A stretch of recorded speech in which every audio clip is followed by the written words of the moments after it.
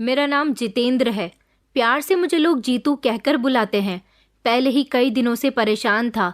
मेरे साथ जो हुआ था वो बहुत ही बुरा और ख़तरनाक था, लेकिन मैं अपनी पत्नी की बेवफाई का बोझ नहीं उठा सकता था। इसलिए मैंने अपनी पत्नी को साफ साफ कह दिया कि वो मेरी ज़िंदगी से निकल जाए। वैसे तो मेरी पत्नी एक शरीफ और अच्छी औरत थी और अच्छी फैमिली से बिलोंग करती थी। वो बुरी तरह से रोने लगी और बार बार मेरे पैर पकड़कर रिक्वेस्ट करने लगी कि मुझे अपनी ज़िंदगी से मत निकालो। वो कहने लगी कि मुझे एक मौका दो ताकि मैं अपनी बेगुनाही साबित कर सकूं। मैंने कह दिया था कि नहीं, मैं तुम्हें कोई मौका नहीं दूंगा, तुम सच में मुझे धोखा दे रही थी। मगर वो इतना कहकर फूट फूट कर रोने लगी और अचानक ही बेहोश हो गई। उसके बाद मैं अपनी पत्नी को लेकर अस्पताल गया। वहां जाकर डॉक्टर ने मुझे उसके बारे में जो बताया, उसे सुनकर मेरे पैरों तले से ज़मीन निकल गई कि मेरी पत्नी का नाम सोनिया है। सोनिया मेरे ही ऑफिस में मेरे साथ नौकरी किया करती थी और वहीं पर हम दोनों की मुलाकात हुई थी। हम दोनों एक दूसरे को बहुत अच्छे से जानते थे। मैं जिस कंपनी में नौकरी करता था वहां पर मेरे बहुत सारे दोस्त बन गए थे। मुझे वहां नौकरी करते हुए 7 साल गुजर गए थे, जबकि 2 साल पहले सोनिया वहां पर नौकरी करने के लिए आई थी और मैं तभी से उसे पसंद करने लगा था। सोनिया से मेरी अच्छी खासी दोस्ती हो गई थी। पहले ही मेरे वहां पर 5 दोस्त थे, 3 लड़के और 2 लड़कियां, उनमें से एक सोनिया भी थी। हम लोग ऑफिस में काम करने के साथ साथ एक दूसरे के साथ खूब मौज मस्ती भी करते थे और हम सब का एक फ्रेंड्स ग्रुप बन गया था। हम लोग छुट्टियों में एक साथ ही घूमने जाया करते थे।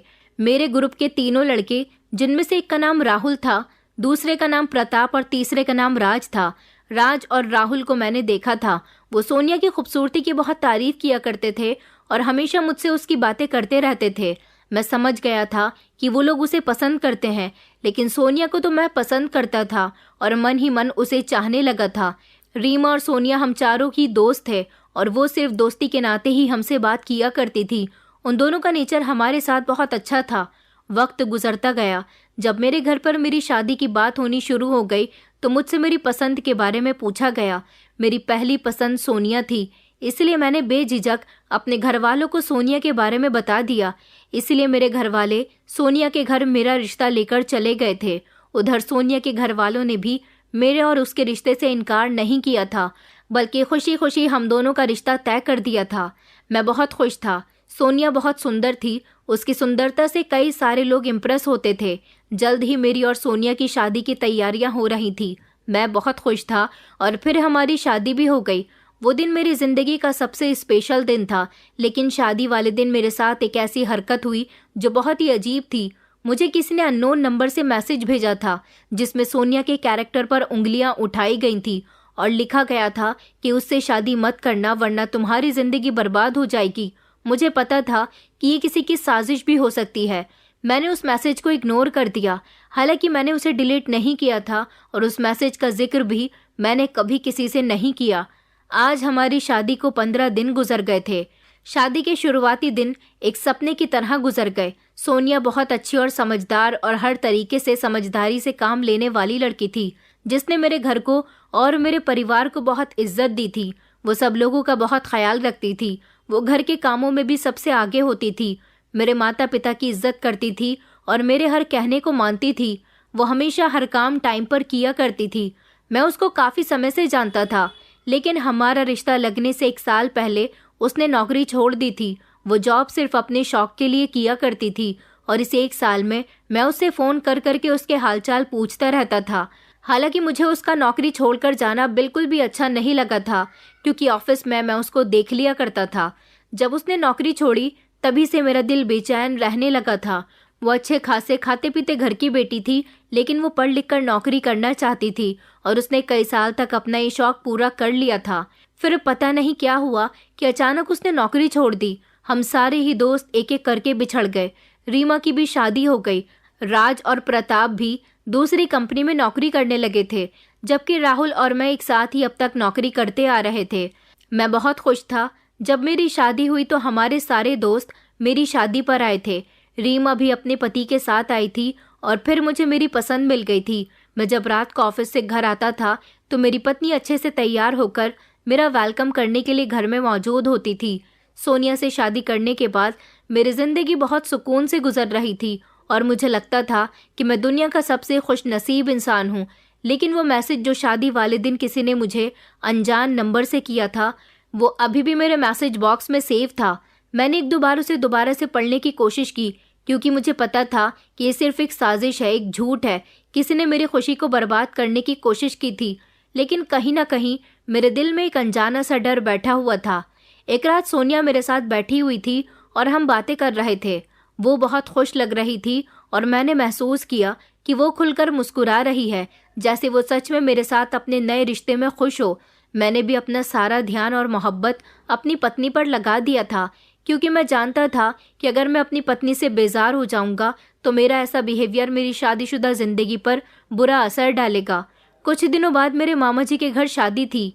मुझे वहां जाना था। सोनिया भी तैयार हो गई थी और हम दोनों एक साथ शादी में जैसे ही पहुंचे, मैंने महसूस किया कि मेरे कुछ रिश्तेदार मेरे करीब आकर अजीब तरह की बातें कर रहे हैं। उनके चेहरे पर एक अजीब सी मुस्कुराहट थी, जैसे वो कुछ कहना चाह रहे हों, लेकिन वो कह नहीं पा रहे हों। मैंने ज्यादा ध्यान नहीं दिया और अपनी पत्नी के साथ बैठकर शादी एंजॉय करने लगा।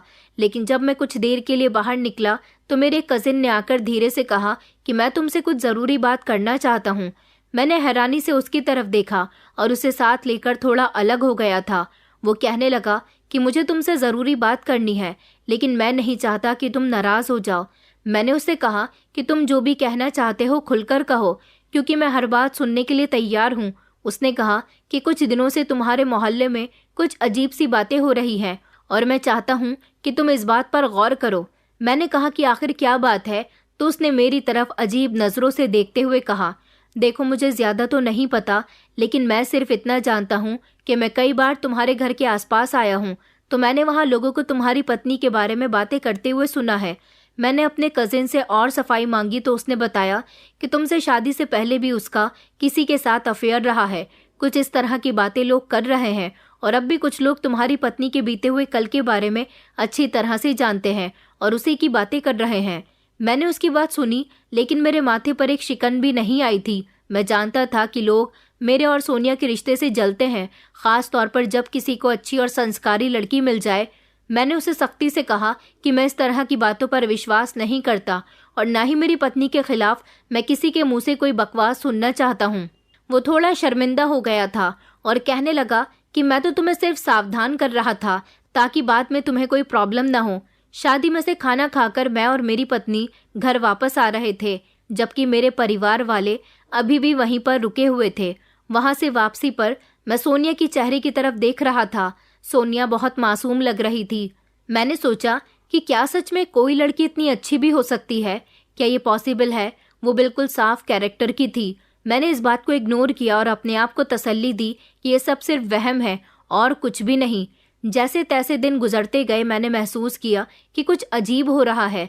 सोनिया हमेशा तन्हाई में चली जाती थी, कभी गहरी सोच में पड़ी रहती और कभी खामोश रहती थी। मैंने एक दो बार उससे पूछा भी कि तुम परेशान तो नहीं हो, लेकिन उसने हमेशा यही जवाब दिया कि सब ठीक है। मैंने सोचा कि शायद वो नए माहौल में खुद को ढालने की कोशिश कर रही है, इसलिए मैंने उसे ज्यादा सवाल नहीं किया। लेकिन फिर एक दिन ऐसा हुआ जिसने मेरे दिल को पहली बार शक में डाल दिया था। मैं ऑफिस से घर आया तो सोनिया फोन पर किसी से बातें कर रही थी। मैंने दरवाजे से उसकी आवाज सुनी। वो बहुत धीमी आवाज में बात कर रही थी। मैं जैसे ही कमरे के अंदर गया तो उसने अपना मोबाइल बंद कर दिया। मैंने पूछा, तुम किससे बात कर रही थी? तो वो कहने लगी कि बस एक पुरानी दोस्त थी, काफी टाइम बाद उससे बात हो रही थी। मैंने फिर उससे कोई सवाल नहीं किया। मैंने गौर किया कि वो अपने मोबाइल को ज्यादा टाइम देने लगी थी और जब भी मैं उसके करीब जाता वो अपना मोबाइल बंद कर दिया करती थी। मेरे दिल में कई सवाल आने लगे, लेकिन मैंने खुद को तसल्ली दी कि शायद मैं बेवजह शक कर रहा हूँ। लेकिन फिर एक रात मैंने उसे खिड़की के पास खड़े देखा। वो बाहर देख रही थी, जैसे किसी का इंतजार कर रही हो। मैं खामोशी से उसके पीछे खड़ा हो गया। उसने मुझे आते देखा तो वो घबरा गई और फौरन खिड़की बंद करके नरमी से मेरी तरफ देखने लगी। मैंने पूछा, तुम क्या देख रही थी? तो उसने जवाब दिया कि बस ऐसे ही बाहर देख रही थी। लेकिन मेरा दिल कह रहा था कि कुछ तो है जो सोनिया मुझसे छुपा रही है, मगर क्या? मैं जानना चाहता था, लेकिन मैं ये भी नहीं चाहता था कि बेवजह का कोई झगड़ा हो। मैंने खुद से कहा कि जब तक मेरे पास कोई सबूत न हो मुझे कुछ नहीं सोचना चाहिए, मगर मेरे अंदर कुछ बदलने लगा था। वो मैसेज जो मुझे शादी पर मिला था वो अचानक मेरी याददाश्त में ताज़ा हो गया था। मैंने उसे अपने मोबाइल में ऑन किया और पढ़ा। उसमें जो कुछ लिखा हुआ था वो सब बुनियादी इल्ज़ाम लग रहे थे, लेकिन क्या सच में ये सब झूठ था? मेरे दिल में सवाल पैदा हो रहे थे और मैं इनके जवाब ढूंढने के लिए बेकरार था। शादी के बाद मैं और सोनिया खुश तो थे, लेकिन हमें बहुत सारी नज़रें लगी हुई थी। दरअसल मेरे सारे रिश्तेदारों में सबसे सुंदर पत्नी मेरी थी, इसलिए सब लोगों की जुबान पर यही होता था कि इस लड़के को इतनी अच्छी लड़की कैसे मिल गई। और फिर एक दिन सारी नज़रें हम पर निकल भी गई थी जब मेरा एक्सीडेंट हो गया। चोट तो मुझे सिर्फ टांग पर लगी थी, लेकिन मैं बेड रेस्ट पर आ चुका था। मेरा एक्सीडेंट जानलेवा नहीं था, मगर मेरी टांग में हल्का सा फ्रैक्चर हो गया था और डॉक्टर ने मुझे सख्ती से बेड रेस्ट की एडवाइस दी थी। सोनिया ने मेरा हर तरह से ख्याल रखा था। उसके बर्ताव में कोई भी बदलाव नहीं था और ना ही कोई शिकायत। वो दिन रात मेरी सेवा में लगी रहती थी, मुझे टाइम पर मेडिसिन दिया करती थी, मेरे खाने पीने का ख्याल रखती थी और हर समय मेरे साथ रहती थी। उसकी मोहब्बत और कुर्बानी मुझे हैरान कर दिया करती थी। मैं शुरू में बहुत खुश था कि मेरी पत्नी बहुत अच्छी है, लेकिन जितना ज़्यादा वो मेरी सेवा करती, मेरे दिल में एक अजीब सी बेचैनी पैदा होने लगी थी। मुझे नहीं पता था कि ये एहसास क्यों आ रहा था, मगर कहीं ना कहीं अनदेखे वहम ने मेरे दिमाग में जगह बना ली थी। लेकिन जो भी था, मैं उसे इग्नोर करने की कोशिश कर रहा था। मेरा इलाज भी डॉक्टर से चल रहा था। उन्होंने मेरी हालत देखकर कहा था कि फ्रैक्चर मामूली है, लेकिन सावधानी बरतनी ज़रूरी है। मैंने डॉक्टर की बात मान ली और पूरी तरह से आराम करने लगा। एक दिन ड्रेसिंग करने के बाद डॉक्टर ने मुझे एक बड़ी ही खतरनाक खबर सुनाई थी। उन्होंने मेरी टांग का चेकअप किया और कहने लगे, एक बात जो मैं आपको पहले से ही बताना चाहता था, लेकिन इसलिए नहीं बताना चाह रहा था। मैं चाहता था कि पहले आप ठीक हो जाएं, लेकिन आप काफ़ी हद तक अब ठीक हो चुके हैं और आपकी ड्रेसिंग होना भी अब बंद हो जाएगी और अब ये बात बताने का सही समय आ गया। मैं डॉक्टर की बात को गौर से सुनने लगा। मैंने कहा, डॉक्टर साहब क्या बात है? उन्होंने कहा, कोई मामूली बात नहीं है, बहुत बड़ी बात है। उन्होंने गहरी सांस ली और मेरे कंधे को थपथपाते हुए कहने लगे कि आपका एक्सीडेंट होने के बाद जब आपको अस्पताल लाया गया तो आपकी हालत काफ़ी बुरी थी। आपके घर वालों के आने से पहले मैंने आपकी ड्रेसिंग वगैरह कर दी थी और अब बात ऐसी है कि आपको ठीक करने के लिए हमें आपका छोटा सा ऑपरेशन करना पड़ा था, जिसके कुछ साइड इफ़ेक्ट हो गए। मैंने कहा कि कैसे साइड इफ़ेक्ट्स? डॉक्टर ने कहा कि ऑपरेशन के बाद हमने आपके कुछ टेस्ट करवाए थे। उन टेस्ट रिपोर्ट से हमें पता चला कि आप कभी पिता नहीं बन सकते। ये बात सुनकर तो मैं हैरान रह गया था। मैंने कहा, ये आप क्या कह रहे हो? मुझे समझ नहीं आ रहा। उन्होंने मुझे डिटेल से सब कुछ बता दिया और मुझे मेरी रिपोर्ट्स भी दिखाई। तो मैं समझ रहा था कि हमें छोटी मोटी नज़र लगी है, लेकिन यहाँ तो हमारी पूरी जिंदगी बर्बाद हो गई थी। मैं पिता बनने के काबिल नहीं रहा था। अगर ये बात सोनिया को बताई तो उस पर क्या गुजरेगी, क्योंकि जब औरत बांझ होती है तो मर्द उसके साथ क्या करता है ये तो सब जानते हैं। लेकिन जब मर्द बांझ हो जाए तो औरत पर भी बहुत बुरा समय आ जाता है। कुछ औरतें तो अपने पति को छोड़कर चली जाती हैं और सोनिया के पास तो वैसे भी ऑप्शंस की कमी नहीं थी। डॉक्टर ने मुझे आगे बताया कि आपकी ज़िंदगी पर कभी कोई बुरा असर तो नहीं पड़ेगा, सिर्फ कमी यही है कि आप पिता बनने का सुख नहीं देख पाओगे। ये बात मैं रिपोर्ट के मुताबिक आपको पहले बताना चाहता था, लेकिन आपकी कंडीशन ठीक नहीं थी और ये सदमा किसी मर्द के लिए बहुत बड़ा होता है। इसलिए मैंने सोचा कि आप रिकवर हो जाएं, तब मैं आपको ये खबर सुनाऊंगा। मैंने कहा, डॉक्टर क्या इस परेशानी का कोई सॉल्यूशन नहीं है? आप मेरा ट्रीटमेंट करके भी तो मुझे ठीक कर सकते हो। डॉक्टर ने कहा कि हम आपके टेस्ट वगैरह कर लेंगे, लेकिन अब कोई फ़ायदा नहीं होगा। ये सुनकर तो मैं हैरान रह गया था। मैं परेशान तो इसलिए था कि मेरी पत्नी को अगर ये सब कुछ पता चलेगा तो उसका रिएक्शन कैसा होगा। मैंने ये बात जब डॉक्टर को बताई तो डॉक्टर कहने लगे कि आपकी पत्नी बहुत मासूम है, क्योंकि वो हमेशा आपके साथ यहाँ आई है, इसीलिए मैं उनको थोड़ा बहुत जान गया हूँ। उनको जितना देर से पता चलेगा उतना ही अच्छा है। ये सब सुनकर मेरा तो दिल ही टूट चुका था। इतनी बुरी खबर मेरी किस्मत में निकली थी। एक तरह से देखा जाए तो सब कुछ बर्बाद हो गया था। बस नाटक करना था कि जैसे सब कुछ ठीक है। जब मैं घर पहुंचा तो सब कुछ नॉर्मल था। मेरे मम्मी पापा कमरे में बैठे हुए एक दूसरे से बातचीत कर रहे थे। बहन और भाभी घर के छोटे मोटे काम कर रही थी और मेरी पत्नी अपने कमरे में मौजूद थी। मेरी आंखों से आंसू बह रहे थे, लेकिन मैंने अपने आंसुओं को छुपाने की कोशिश की थी। मैं वहां से अपने मम्मी पापा के कमरे में चला गया। उन्होंने मुझसे मेरी तबीयत के बारे में पूछा, तो मैंने उनको बताया कि सब ठीक है, बस आज आखिरी बार ड्रेसिंग होनी थी और अब चोट भी काफ़ी हद तक ठीक हो गई है। मेरी मम्मी कहने लगी कि ऊपर वाले ने मेरे बच्चे को बचा लिया। मैं तो बार बार अपने बेटे के लिए प्रार्थना कर रही थी, बस अब मेरा बेटा जल्द से जल्द पिता बन जाए, मेरे बेटे और बहू को ऊपर वाला संतान और दे दे, फिर तो हमारे घर में खुशियां ही खुशियां होंगी। इस पर मेरे पापा भी बहुत खुश हो रहे थे। उन्होंने कहा कि पोता पोती आ जाएंगे तो हमारा भी मन लगा रहेगा। उनके ये शब्द मेरे दिल में गहरा जख्म कर रहे थे। मेरी आंखों में आंसू आ गए और मेरे कदमों तले से जमीन खिसकने लगी। मुझे ऐसा लग रहा था जैसे मैं किसी गहरी खाई में जा रहा हूँ, जैसे वहां से वापस आने का कोई रास्ता नहीं है। मैं अपने माता पिता के सामने अपने आंसू नहीं रोक सकता था, इसलिए खामोशी से वहां से उठकर अपने कमरे में चला गया। मेरी आंखों में आंसू बहने लगे।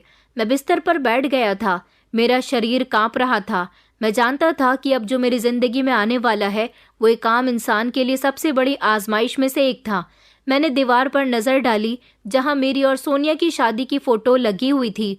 उसमें हम दोनों बहुत खुश थे, जैसे हमारी जिंदगी में कोई परेशानी ही ना हो, मगर हकीकत इससे बहुत अलग थी। कुछ समय के बाद सोनिया मेरे करीब आई।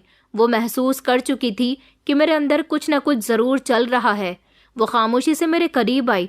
उसने मेरे चेहरे को गौर से देखा, फिर मेरे सामने बैठ गई। उसने मेरे हाथ को अपने नरम हाथों में थाम लिया और धीरे से कहने लगी कि जीतू, आप परेशान क्यों हो? क्या हुआ है? डॉक्टर ने कुछ कहा है क्या? सब ठीक तो है ना? आज घर में काम बहुत ज़्यादा था, इसलिए मैं आपके साथ आपकी ड्रेसिंग करवाने के लिए नहीं जा सकी। मैं घबरा गया। मैंने खुद को संभालने की कोशिश की।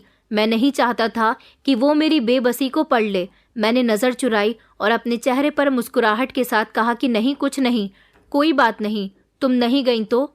मैं ठीक हूँ, बस ऐसे ही मेरी आंख भर आई थी। मम्मी मुझे पिता बनने की दुआ दे रही थी, इसलिए वो जानती थी कि मैं झूठ बोल रहा हूँ। उसने मेरे हाथ को मजबूती से पकड़ा और कहने लगी कि मैं आपकी पत्नी हूँ, आपका हर दुख मेरा भी दुख है। अगर कोई परेशानी है तो मुझसे शेयर कीजिए, और हम दोनों का रिश्ता सिर्फ पति पत्नी का नहीं, बल्कि हम तो पहले से ही बहुत अच्छे दोस्त भी हैं। मैंने उसकी आंखों में झांका तो वहां पर मुझे मोहब्बत और फिक्र दिखाई दे रही थी, मगर मैं उसे क्या बताता कि जो बात मेरे सीने में दफन है वो हमारी पूरी जिंदगी बदल सकती है। मैंने अपना सर झुका लिया और फिर कहा कि सब कुछ ठीक है, तुम परेशान मत हो, और अभी तो हमारी जिंदगी शुरू हुई है। मैं तुम्हारे साथ खुश हूँ, मैं परेशान नहीं हूँ।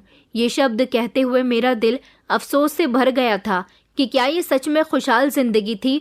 मैं जानता था कि मेरा असल इम्तिहान अब शुरू होने वाला था। ये राज जो मैं अपने सीने में दफन किए बैठा था, यह हकीकत में किसी को बता नहीं पा रहा था। मैं किसी को ये बात बताने की हिम्मत नहीं रखता था कि मैं कभी पिता नहीं बन सकता। अगर मैं खामोश रहता तो इल्ज़ाम मेरी पत्नी पर आ जाता। मैं देख सकता था कि कुछ ही महीनों में सवाल उठने लगेंगे, बातें होंगी और लोग इस बात का अंदाज़ा लगाएंगे कि मेरी पत्नी अभी तक गर्भवती क्यों नहीं हुई। फिर लोग मेरी पत्नी को ही इसमें दोष देंगे, तो कुछ लोग उसे ताने देंगे, बेचारी सोनिया। लोग यही कहेंगे कि लड़की तो बहुत सुंदर है, लेकिन अपने पति को अब तक एक बच्चा न दे सकी। ऐसी औरत तो बेकार होती है, ऐसी औरत की खूबसूरती भी किसी काम की नहीं होती। हर कोई यही कहेगा कि जीतू तो बिल्कुल सेहतमंद और ठीक है, कमी तो उसकी पत्नी में ही है। मुझे इन सब बातों के बारे में पहले से ही पता चल गया था। मैं जानता था कि जब भी बच्चा ना होने की बात आएगी तो उंगलियां सोनिया पर ही उठेंगी, क्योंकि हमारे समाज में औरत को ही हमेशा कसूरवार समझा जाता है। मर्द पर कभी कोई इल्ज़ाम नहीं लगा सकता। लेकिन क्या मेरी पत्नी इस इल्ज़ाम का बोझ उठा सकती थी? क्या वो मेरा साथ देगी या फिर मुझे छोड़कर चली जाएगी? ये वो सवाल थे जिनका जवाब मुझे नहीं पता था, और ना ही मैं इनके बारे में सोचना चाहता था। मैं सिर्फ इतना जानता था कि अब मेरी जिंदगी एक ऐसे रास्ते पर थी जहां हर कदम पर इम्तिहान था और सिर्फ आजमाइश थी। मेरे लिए फैसला करना बहुत मुश्किल था कि मैं सोनिया को सब कुछ बता दूं या फिर वक्त के साथ खामोश रहूं। ये जिंदगी जो इतनी हसीन लग रही थी, अचानक इतनी बेरंग क्यों हो गई? हमारी शादी को 3 महीने ही हुए थे कि मेरा एक्सीडेंट हो गया और मुझे इतनी बुरी खबर मिल गई। मेरे घर वालों को ऐसा लग रहा था कि जैसे सब कुछ ठीक हो जाएगा, मुसीबत टल गई। लेकिन असल मुसीबत तो अब शुरू हुई थी। डॉक्टर ने मुझे एक ऐसी खबर सुनाई जिसने मेरी पूरी दुनिया हिलाकर रख दी थी। मैं कभी पिता नहीं बन सकता था। यह हकीकत मेरे दिल पर एक गहरा जख्म छोड़ गई, लेकिन मैंने इस बारे में किसी को बताया नहीं था और खुद को भी संभाल लिया था। लेकिन उस समय मुझे अंदाज़ा नहीं था कि किस्मत मेरे लिए एक और हैरान कर देने वाला मोड़ लेकर आ रही है। जैसे ही मैं घर पहुंचा तो घर में चारों तरफ खुशियां मनाई जा रही थी। मेरी भाभी और बहनें बहुत खुश थीं और मीठा बना रही थी। मेरी शादीशुदा वाली बहन भी हमारे घर आई हुई थी। वो जल्दी से मेरे पास आई। उसने माँ से कहा कि माँ, मिठाई लेकर आओ, मैं भैया का मुंह मीठा करवाना चाहती हूँ। माँ दौड़ते हुए मिठाई लेकर आई। मेरी बहन ने पूरा लड्डू मेरे मुंह में डाल दिया और खुशी से चहककर कहने लगी कि बहुत खुशी की बात है भैया, मुंह मीठा करो, आप पापा बनने वाले हो। अब आपके बच्चे भी बड़े भैया भाभी के बच्चों के साथ इधर उधर घर में खेलेंगे। ये बात सुनकर तो मेरे पैरों तले से जमीन निकल गई। लड्डू का टेस्ट मेरी जुबान पर था, लेकिन मेरे दिमाग में एक अजीब सी हलचल मच गई। मैंने एक सेकंड के लिए सोचा कि शायद मैंने गलत सुना है, लेकिन सब लोगों की खुशी और चमकती हुई आंखों ने साबित कर दिया कि मैं कुछ गलत नहीं समझा। ये कैसे हो सकता है? मेरे दिमाग में घूमने वाला सवाल मेरी जुबान पर नहीं आ सका था। मैं शॉक्ड रह गया था और मेरे लिए सांस लेना मुश्किल हो गया था। मुझे डॉक्टर की कही हुई बात याद आ गई थी। ऐसा कैसे हो सकता है?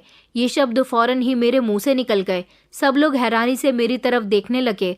माँ कहने लगी कि बेटा, हमें पता था तुम खुशी से हैरान हो जाओगे, लेकिन तुम कुछ ज़्यादा परेशान लग रहे हो, क्या बात है बेटा? मैंने जल्दी से खुद को संभाला और अपने चेहरे पर ज़बरदस्ती की मुस्कुराहट सजाई और सर झुकाकर कहा कि नहीं, ऐसी कोई बात नहीं है, बस अचानक ये खबर मिली है तो थोड़ा शॉक्ड रह गया था।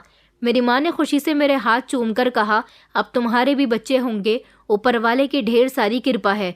मेरी बहन ने मेरे कंधे पर हाथ रखा और कहने लगी कि भैया जाओ, जाकर भाभी से उनके हालचाल तो पूछ लो, वो भी खुश हो जाएंगी, वो आपका बड़ी बेचैनी से इंतजार कर रही है।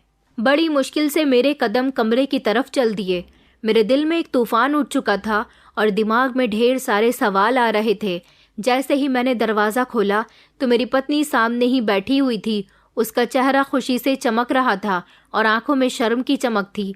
वो मेरे करीब आई और कहने लगी कि हम दोनों की जिंदगी में अब कोई तीसरा भी जुड़ने जा रहा है। ये शब्द सुनकर मैंने सख्ती से पूछा कि ये कैसे मुमकिन है? ये तुम क्या कह रही हो? ऐसा कुछ नहीं हो सकता। मेरी बात सुनकर सोनिया खामोश हो गई थी, जैसे उसे मुझसे ऐसे शब्दों की उम्मीद ही ना हो। उसने कहा, मेरी तबीयत ठीक नहीं थी, मम्मी जी मुझे डॉक्टर के पास ले गईं तो डॉक्टर ने मुझे यह खबर सुनाई कि मैं प्रेग्नेंट हूँ। लेकिन आप इस बात पर नाराज़ क्यों हो रहे हो? ऊपर वाले की कृपा है, हम बहुत ही खुशकिस्मत हैं जो माता पिता बनने वाले हैं। लेकिन मेरे लिए ये खुशकिस्मती की बात नहीं थी, बल्कि सबसे बड़ा धोखा था। मैंने दांत पीसते हुए कहा, ये सब झूठ है, बकवास है, ऐसा नहीं हो सकता। मेरी जोरदार आवाज़ निकल गई थी और मेरे शब्द पूरे कमरे में गूंज रहे थे। ये सुनकर मेरी पत्नी का चेहरा पीला पड़ गया था। उसकी आंखों में हैरानी, चेहरे पर डर और आंखों से निकलते हुए आंसू साफ साफ बता रहे थे कि वो बहुत परेशान हो गई है। उसने कहा कि ये आपको क्या हो गया है? आप क्या कह रहे हो? आज तो बहुत बड़ी खुशी का दिन है और आप इस तरह की बातें कर रहे हो। आप मुझ पर शक कर रहे हो। मेरे अंदर की उलझन मेरी फीलिंग्स पर सवार हो चुकी थी। मैंने अपनी मुट्ठी मजबूती से बंद कर ली और गुस्से से कहा कि खुशी का दिन? तुम्हें क्या लगता है कि ये खुशी का दिन है? सोनिया रोने लगी थी। वो बेयकीनी से मुझे देख रही थी और बार बार यही कह रही थी कि मैं तो माँ बनने के लिए तरस रही थी और अब जब ये खुशी मुझे मिली है तो आप ये किस तरह की बातें कर रहे हो? मुझे उसकी बातों से उलझन हो रही थी, लेकिन मेरे दिमाग में जो हकीकत मौजूद थी उसकी वजह से मैं कुछ कहने ही वाला था कि अचानक दरवाज़ा खुला और मेरे पापा अंदर आ गए। उनके पीछे ही मम्मी भी थी। पापा कहने लगे कि ये सब क्या हो रहा है? तुम दोनों झगड़ रहे हो? पापा जी ने गुस्से से पूछा था। फौरन ही सोनिया ने अपनी आंखों से आंसू साफ किए और कहने लगी कि नहीं पापा, झगड़ नहीं रहे, बस ऐसे ही नॉर्मल सी बात हो रही थी। माँ ने मुझे घूरा जैसे वो मेरा चेहरा पढ़ने की कोशिश कर रही हो। मैंने भी जल्दी से सर हिला दिया और कहा कि जी कुछ नहीं, बस सोनिया मुझे खुशखबरी सुना रही थी और मैं हैरान हो गया था। माँ पापा ने सुकून की सांस ली और कहने लगे कि चलो ठीक है, खुश हो जाओ, ये समय खुश होने का ही तो है बेटा। ये कहकर वो लोग कमरे से बाहर निकल गए थे, लेकिन मैं जानता था कि ये मैटर यहीं ख़त्म नहीं हो सकता। मैंने फैसला कर लिया था कि आज रात मैं अपनी पत्नी से इस बारे में खुलकर बात ज़रूर करूँगा। ये फैसला शायद मेरी ज़िंदगी का सबसे मुश्किल फ़ैसला था, लेकिन ये तय था कि मैं अब खामोश नहीं रह सकता था। सोनिया मेरे रिएक्शन पर काफ़ी परेशान थी। मुझे पता चला कि मेरे घर वाले 2 दिन के लिए हमारे किसी रिश्तेदार के यहाँ शादी में जा रहे हैं। सोनिया वहाँ नहीं जा रही थी क्योंकि उसकी प्रेगनेंसी के शुरुआती दिन थे और सब लोगों ने कहा था कि तुम घर पर रहकर उसका ख्याल रखना। घर से सब लोग शादी में जा चुके थे। मैं और सोनिया अब घर में अकेले थे। मेरे लिए सोनिया से बात करने का ये अकेले में बहुत अच्छा मौका था क्योंकि मुझे पता था कि मेरा सोनिया के साथ झगड़ा होने वाला है। मुझे शादी के शुरू के वो दिन याद आने लगे जब मुझे सोनिया पर शक हुआ था और शादी वाले दिन भी मुझे किसी ने मैसेज किया था कि सोनिया कैरेक्टरलेस लड़की है। मुझसे सब कहते थे कि जिस लड़की के पास इतनी सुंदरता है वो साफ कैरेक्टर की हो ही नहीं सकती, लेकिन मैं सबको गलत समझता था। आज मुझे पक्का यकीन हो गया था कि मेरी पत्नी कैरेक्टरलेस थी क्योंकि वो माँ बनने वाली थी और ये बच्चा मेरा नहीं था। जब मेरे घर वाले घर से चले गए और सिर्फ मैं और मेरी पत्नी घर पर अकेले थे, तब मैंने सोनिया से पूछा कि आखिर उसने किसके साथ अपना मुंह काला किया। वो हैरान रह गई और कहने लगी कि ऐसा कुछ भी नहीं है। फिर मैंने उसे सब कुछ बता दिया था तो वो भी हैरान हुई। उसने कहा कि जिसने भी आपको ये सब कहा है कि आप पिता नहीं बनने वाले, ये झूठ है क्योंकि मेरे पेट में जो बच्चा है वो आपका ही है। लेकिन मुझे तो ये सब डॉक्टर ने बताया था और डॉक्टर गलत नहीं बता सकता। मैंने सोनिया से कहा कि तुम निकल जाओ मेरे घर से, मैं तुम्हें डिवोर्स दे दूंगा। वो डिवोर्स के बारे में सुनकर ही डर गई थी और ज़मीन पर बैठ गई। मुझसे माफ़ी मांगने लगी और कहने लगी, ये आप क्या कह रहे हो? आप गलत समझ रहे हो। प्लीज़ मुझे मत छोड़ना, मैं आपसे बहुत मोहब्बत करती हूँ।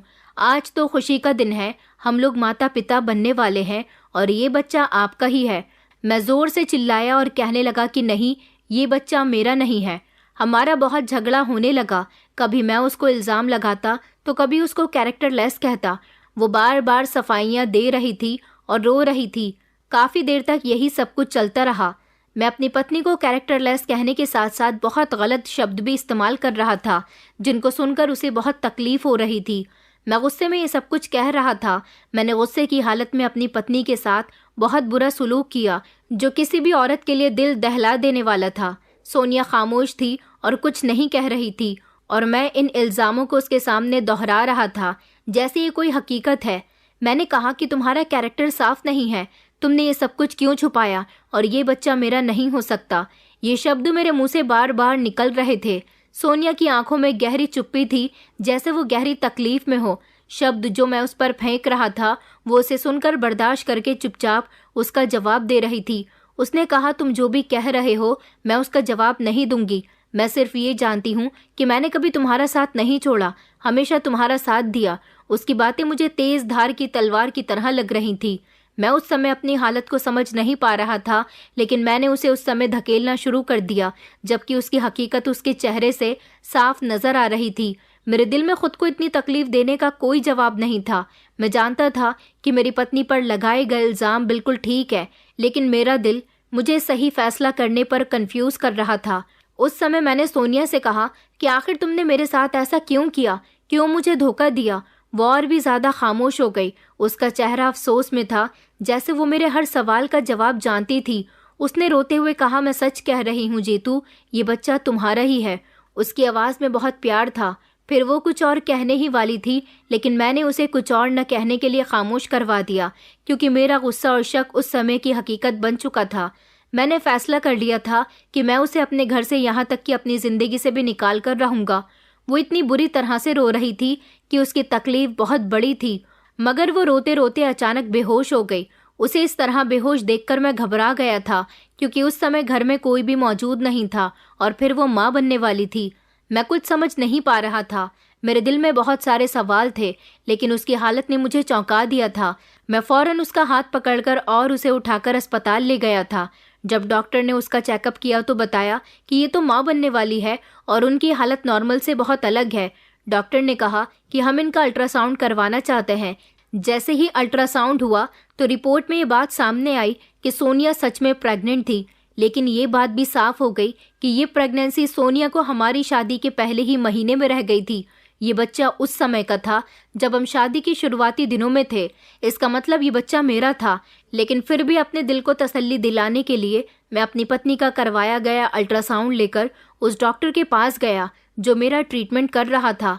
वहाँ मेरी मुलाकात डॉक्टर से हुई और मैंने डॉक्टर को पूरी बात बताई तो डॉक्टर कहने लगे कि दरअसल हम बहुत शर्मिंदा हैं और आपके साथ एक बहुत बड़ी गलतफहमी हो गई है। मैंने महसूस किया कि डॉक्टर बहुत शर्मिंदा हो रहे थे। उन्होंने मुझे समझाया कि नॉर्मली ऐसा हो जाता है कि अस्पताल में एक ही नाम के 2 लोगों की रिपोर्ट्स आपस में एक्सचेंज हो जाती हैं, और आपके साथ भी बिल्कुल वैसा ही हुआ। आपके ही नाम के एक आदमी हमारे अस्पताल में अपनी रिपोर्ट लेकर आए थे और आपकी भी रिपोर्ट्स थीं। आप दोनों की रिपोर्ट आपस में बदल गई। दरअसल आपके हम नाम परसों ही हमारे पास आए थे। वो बांझ हैं, लेकिन अब बिल्कुल ठीक है। ये कहते हुए डॉक्टर बहुत शर्मिंदगी जाहिर कर रहे थे। उन्होंने कहा कि हमें पता था कि आप भी हमारे पास एक न एक दिन जरूर आओगे, तब हम आपसे अपनी मिसअंडरस्टैंडिंग की माफ़ी मांग लेंगे। डॉक्टर की बात सुनकर मुझे बहुत गुस्सा आया। उसने मेरी असली रिपोर्ट निकालकर जब मुझे दिखाई तो उसमें पता लगा कि मैं बिल्कुल ठीक हूँ। ये खबर सुनकर मुझे एक तरफ खुशी भी हो रही थी तो दूसरी तरफ उस डॉक्टर पर गुस्सा भी आ रहा था। मैंने गुस्से से अपनी मुट्ठी भींच ली। मन तो कर रहा था कि मैं डॉक्टर को यहीं पर मारना शुरू कर दूं, मगर डॉक्टर का कहना था कि गलती हमारी नहीं, गलती अस्पताल के स्टाफ की है और स्टाफ पर काफ़ी डांट पड़ चुकी है। वो बहुत शर्मिंदा हो रहे थे, मुझसे बार बार माफ़ी मांग रहे थे, लेकिन उसे नहीं पता था कि इस गलतफहमी की वजह से मैंने अपनी पत्नी के साथ कैसा सलूक किया। मेरी पत्नी अस्पताल में भर्ती थी। जब मुझे अस्पताल के डॉक्टर ने बताया था कि मेरी पत्नी को प्रेगनेंसी पूरे 3 महीने की है, तो इसके हिसाब से मैंने हिसाब लगा लिया था कि मेरी पत्नी की प्रेगनेंसी शादी के पहले ही महीने की है और मेरा एक्सीडेंट तो शादी के चौथे महीने में हुआ था। ये तो अच्छा हुआ कि मैं इस गलतफहमी को दूर करने के लिए अपनी पत्नी की रिपोर्ट्स लेकर इस वाले डॉक्टर के पास आ गया था, जिसकी वजह से सारी मिसअंडरस्टैंडिंग क्लियर हो गई थी। शायद मैं सारी जिंदगी अपनी पत्नी को गलत ही समझता रहता। मुझे इस बात पर बहुत गुस्सा आ रहा था। मुझे अपने आप से नफरत महसूस होने लगी क्योंकि मैंने सोनिया का बहुत दिल दुखाया था। मैं वहां से उठकर अस्पताल आ गया था जहां पर मेरी पत्नी एडमिट थी और इस तरह मेरी पत्नी की बेगुनाही की हकीकत सामने आ चुकी थी। मेरी उलझन खत्म हो गई थी और मेरे दिल में सुकून आ गया था कि ये बच्चा सच में मेरा ही था।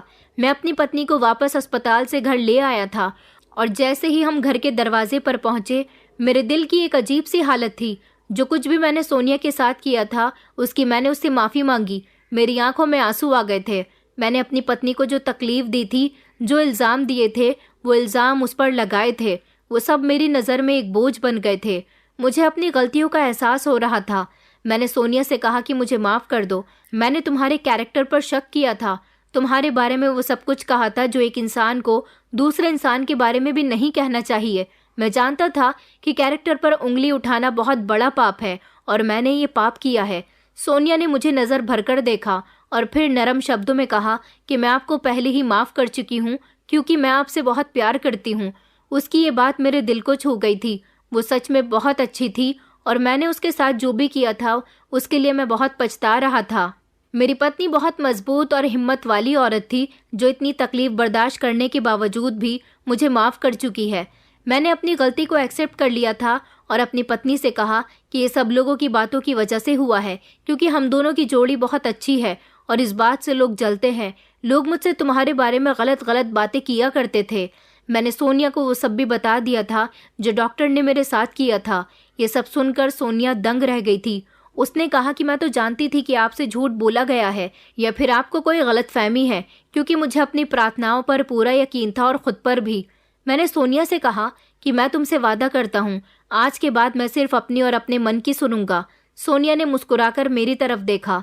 मेरा रिश्ता मेरी पत्नी के साथ और ज़्यादा मजबूत हो चुका था, पर अब मैं अपनी पत्नी का बहुत ख्याल रखता था।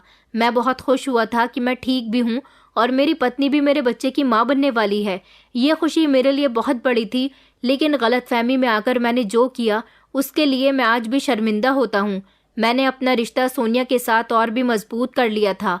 वक्त के साथ साथ ये हकीकत भी खुल गई कि शादी की पहली रात मुझे अननोन नंबर से किसने मैसेज किया था, क्योंकि अपनी गलतियों की माफ़ी मैं अपनी पत्नी से मांगता रहता था। मुझे ऐसा लगता था जैसे मैंने सोनिया के साथ जो किया वो सब कोई मामूली नहीं था। एक दिन सोनिया ने मुझे बताया कि आपको मैसेज ज़रूर हमारे दोस्त प्रताप ने किया होगा। उसने कहा कि दरअसल शादी से पहले 6 महीने तक मेरा प्रताप से रिश्ता लगा रहा था। हम दोनों की शादी होने वाली थी, लेकिन उसके घरवाले मेरे घरवालों से बहुत सारे दहेज की डिमांड कर रहे थे। ये सब देखते हुए कि मेरे घर से उसके घरवालों को ज़्यादा दहेज नहीं मिलेगा, इसलिए उसकी माँ ने कुछ समय बाद रिश्ता ख़त्म कर दिया। ये सब कुछ उसकी माँ ने किया था, मगर वो मुझसे शादी करना चाहता था। जब उसे पता चला कि मेरा रिश्ता आपके साथ तय हो गया तो उसने सोच लिया था कि वो हम दोनों को एक नहीं होने देगा, लेकिन फिर भी हम एक हो गए। लेकिन शादी के बाद भी प्रताप को सुकून नहीं मिला था।